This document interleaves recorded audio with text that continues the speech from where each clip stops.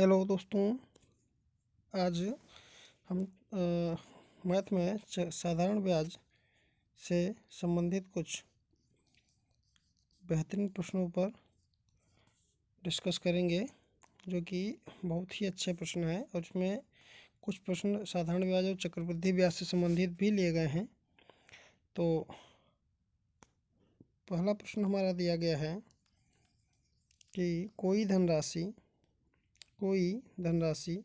साधारण ब्याज पर 3 वर्ष में 1016 और 7 वर्ष में 1304 हो जाती है, तो आपको मूलधन बताना है और अब ब्याज की दर बतानी है।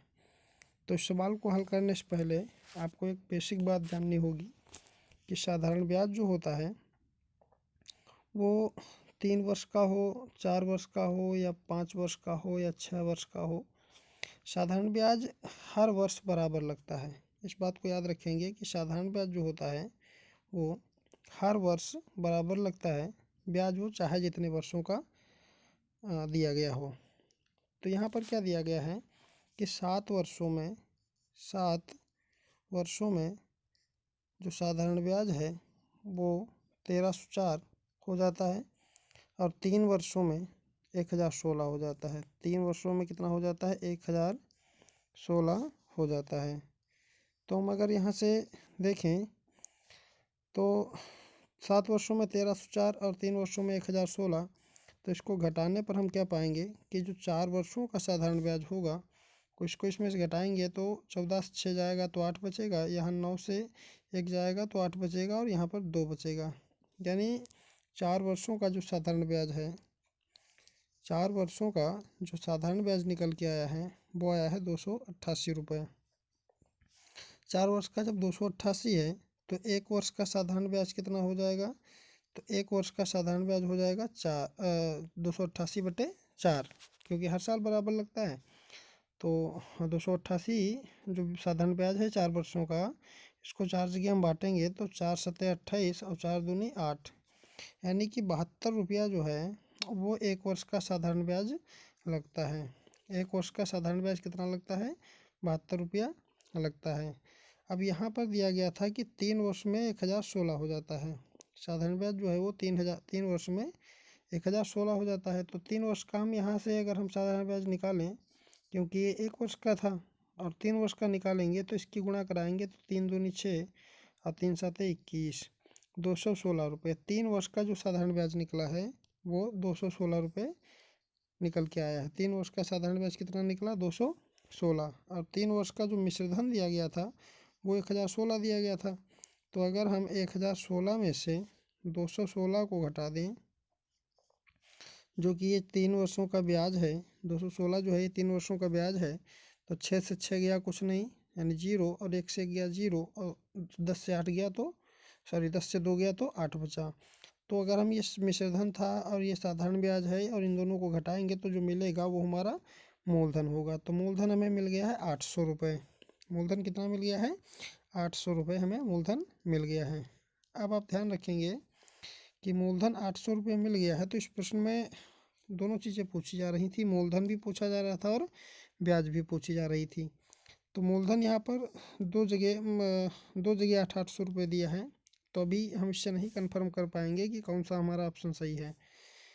कुल मिला के ये और ये तो खैर नहीं कह सकते कि अभी गलत है, लेकिन पहला ऑप्शन जो है नहीं, दूसरा ऑप्शन जो है ये तो बिल्कुल भी गलत हो जाएगा, क्योंकि मूलधन 800 आना चाहिए और इसमें 900 दिया है। अब हम दर कैसे निकालेंगे? तो दर निकालने का तरीका क्या है कि 1 वर्ष का जो ब्याज निकला था वो 72 रुपये निकला था। 1 वर्ष का ब्याज 72 रुपये निकला था और 72 रुपये 1 वर्ष में कितने मूलधन पर मिला था? तो 800 रुपये पर मिला था। तो 800 नीचे रखेंगे और प्रतिशत में दर निकालनी है, तो यहाँ पर गुणा 100 कराएंगे तो इन 2 जीरो से ये 2 जीरो कट जाएगा। 8 9 72 होता है, यानी इसको काटने पर हमें 9% मिला। दर हमें कितनी मिल गई? 9% जो है हमें दर मिल गई है। अब अगर 9% दर मिल गई है और 800 रुपये मूलधन था, तो आप देख सकते हैं कौन सा ऑप्शन सही होगा। ये 9% दर है और 800 रुपये मूलधन है, तो इस प्रश्न का सही जवाब जो होगा वो होगा ऑप्शन नंबर सी। एक बात और यहाँ पर देख लें कि 7 वर्षों में मूलधन 1304 हो जाता था। अब यहाँ पर रखने से देखें क्या हमें प्राप्त हो पाएगा, तो बिल्कुल प्राप्त हो पाएगा भाई। इस 1 वर्ष का ब्याज कितना था, 72 रुपये। तो 7 वर्ष का ब्याज कितना हो जाएगा, तो इसकी गुणा करा दें तो 7 दूनी 14 और 7 सत्ती 49 और 1 50, 504 रुपये जो है वो 7 वर्ष का साधारण ब्याज हो जाएगा। और 7 वर्ष का मिश्र धन कितना दिया गया था, 1304 दिया गया था। अगर हम 1304 से 504 को घटाएंगे तो हमारे पास वही निकल के आएगा, जो मूलधन आएगा वो 800 रुपये मिलेगा। तो कुल मिलाकर के यहाँ से भी निकल सकता है और 3 वर्ष में रखने पर भी निकल सकता है। तो आप कहीं भी रख दें, कुल मिला के आंसर आ जाएगा। तो इस प्रश्न का सही जवाब हो जाएगा ऑप्शन नंबर सी। उम्मीद है कि प्रश्न आप समझ पाए होंगे। अगला प्रश्न हमारा दिया गया है प्रश्न संख्या 2, और प्रश्न संख्या 2 कह रहा है कि साधारण ब्याज की किस वार्षिक दर पर कोई धनराशि 12 वर्षों में स्वयं की दोगुनी हो जाती है। 12 वर्षों में स्वयं की दोगुनी हो जाती है। तो ऐसा सवाल इससे पहले भी एक बार डिस्कस किया गया था। तो यहाँ पर हम देख लें इस सवाल को कैसे हल करेंगे। तो हमने कहा था कि जहाँ पर 2 गुनी 3 गुनी कहे तो जितना गुना कहे वो मिश्र धन हो जाता है। तो इस सवाल में मिश्र धन कितना होगा, 2 गुना का रहा था तो 2 हो गया। और 2 गुनी 3 गुनी मतलब गुने वाले मिश्र धन वाले जो भी सवाल होते हैं इसमें मूलधन हमेशा 1 होता है। मूलधन कितना हो गया, 1। तो अगर 2 रुपये मिश्र धन था, 1 रुपया मूलधन है, तो यहाँ से अगर हम ब्याज निकालें, साधारण ब्याज अगर हम निकालें तो साधारण ब्याज हमारा निकल के आएगा 1 रुपया। तो बस इसको हम फार्मूले में रख देंगे, आंसर आ जाएगा। तो फार्मूला क्या होता है, साधारण ब्याज, तो 1 रुपया निकला, इसको लिख लेंगे बराबर मूलधन। तो मूलधन तो दिया गया था 1 रुपया, तो इसको एक यहाँ पर रखेंगे, गुणे में दर, तो दर हमें निकालनी है, और गुणे में समय, समय है 12 वर्ष, और बटे में क्या होगा, बटे में 100 होगा।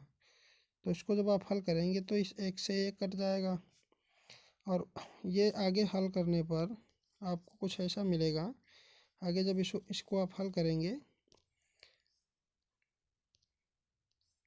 तो ये हो जाएगा 12 गुणे में आर बराबर 100। 12 गुणे में आर बराबर 100।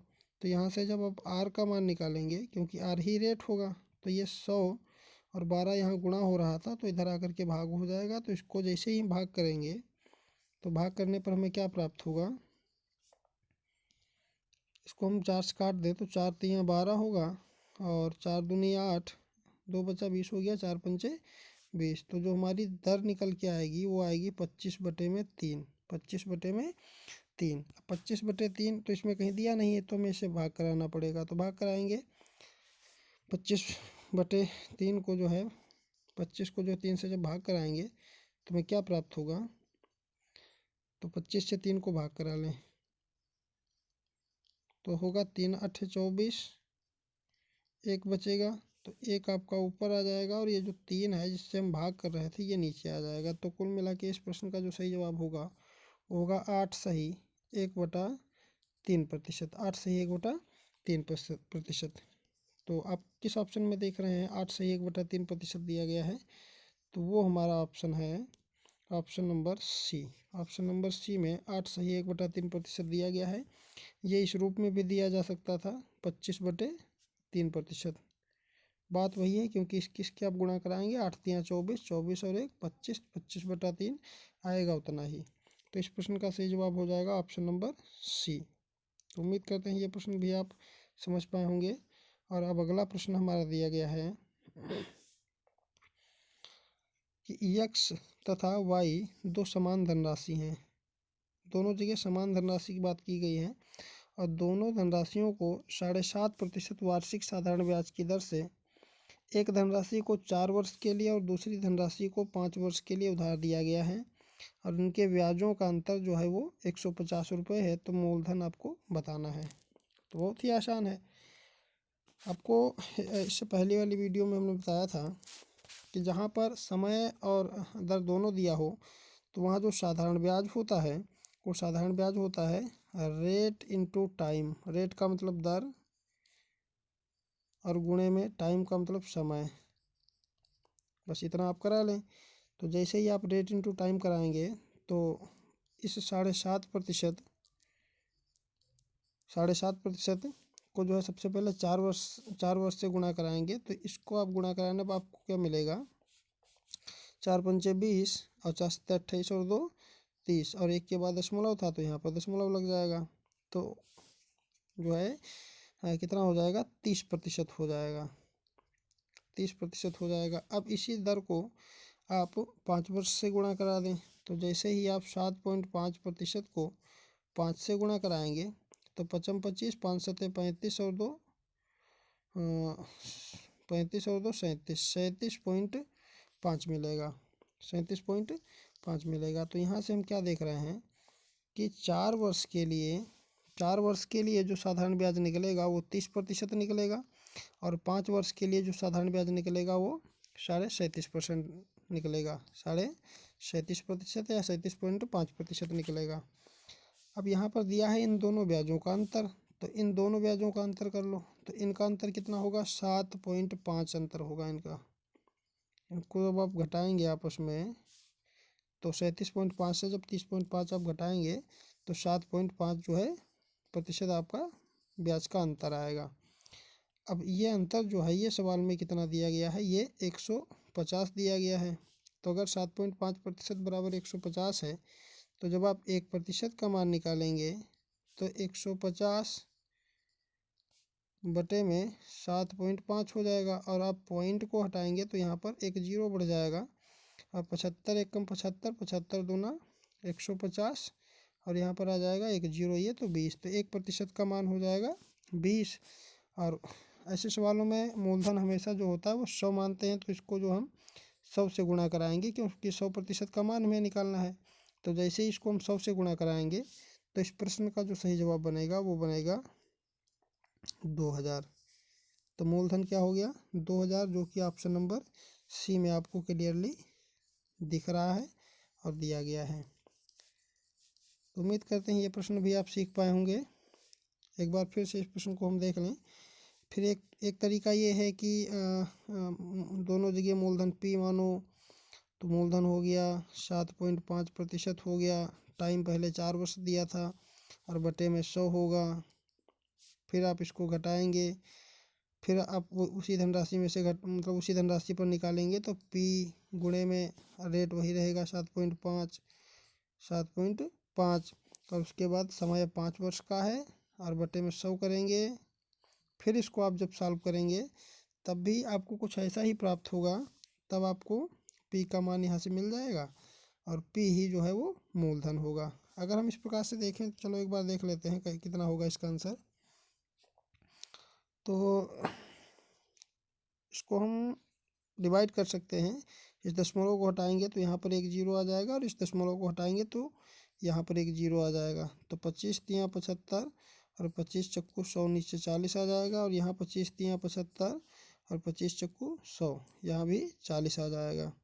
तो ऊपर हम गुणा कराएंगे तो 4 × 3 = 12 P हो जाएगा, 4 × 3 = 12 P बटे में 40 माइनस यहाँ कराएंगे तो 5 × 3 = 15 P बटे में 40 और ये बराबर किसके दिया गया था, 150 के, ये बराबर था 150 के। अब इसको हम आगे हल कर लें। तो आगे हल करने पर हमें क्या प्राप्त होगा, आप देख रहे हैं कि इस भिन्न को घटाना है और दोनों जगह हर बराबर हैं तो हर को हम कॉमन ले लेंगे, नीचे 40 लिख लेंगे और 12P से 15P तो खैर नहीं घटेगा लेकिन 15P से 12P बिल्कुल घट जाएगा, तो यहाँ पर 3P बचेगा और 3P बराबर है 150, 3P बराबर 150। अब जैसे ही 3P बराबर 150 आ गया तो आगे बहुत ही आसान है कि यहाँ पर तिरक गुणा हो जाएगी, ये जो 40 है 150 के साथ गुणा हो जाएगा।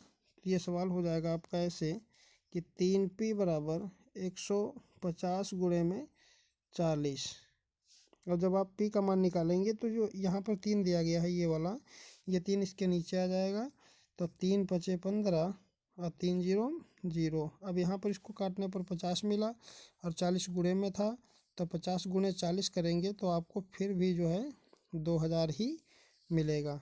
तो दोनों मेथड आपको बता दिए गए हैं। ये इसका विस्तृत मेथड है, बाकी पहले वाला जो मेथड था वो उसका शॉर्ट मेथड था। तो उस मेथड से करेंगे तो आप बहुत कम समय में इस प्रश्न को कर पाएंगे।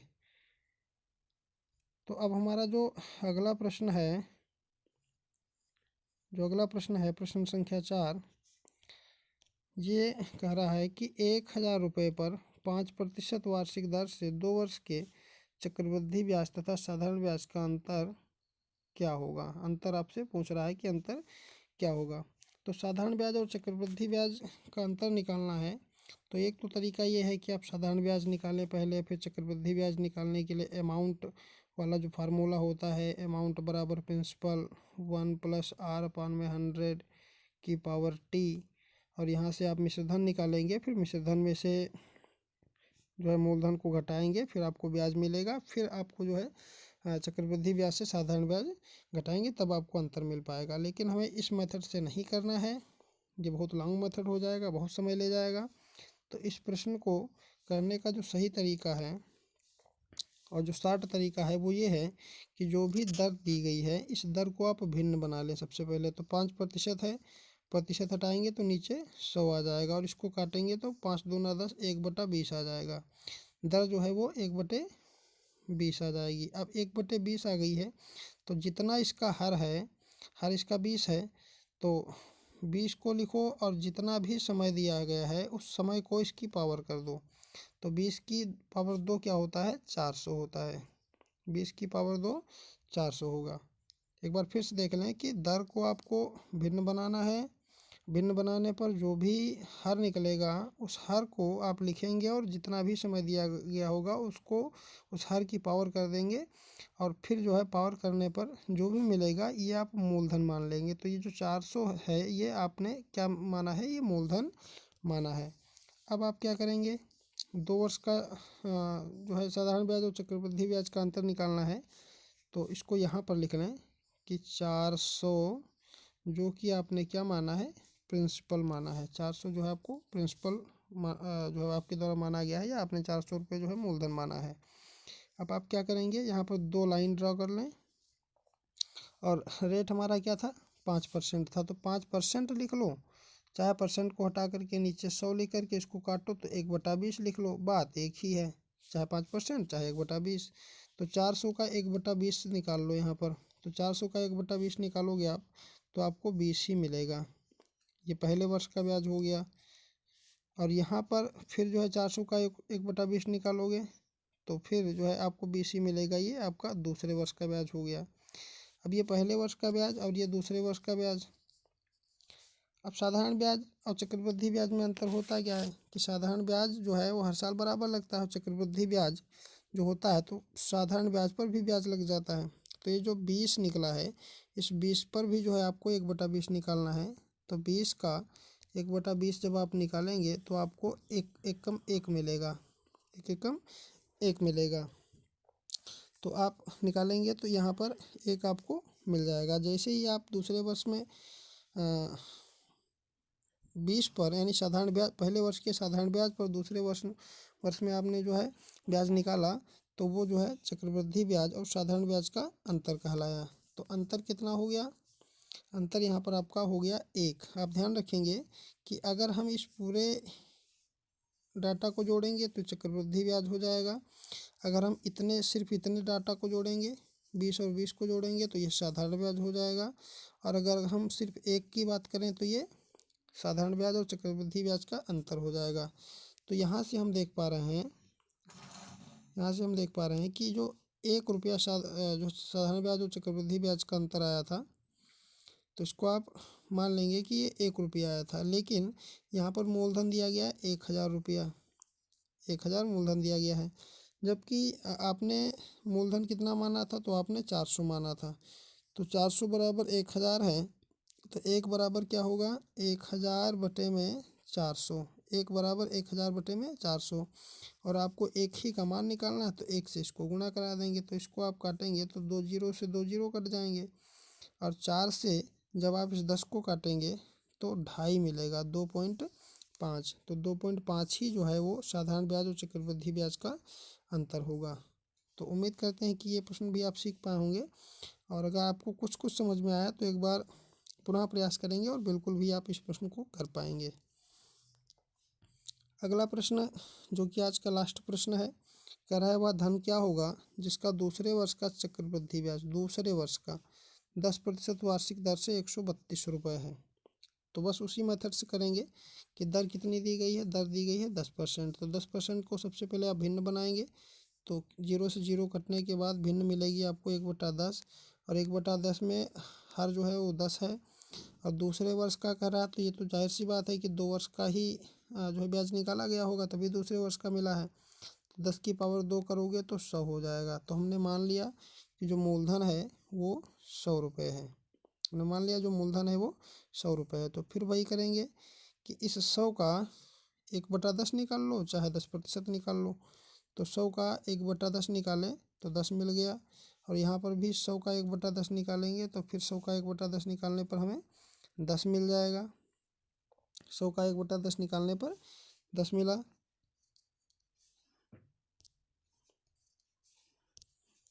तो इस 10 को हम यहाँ पर लिख दें।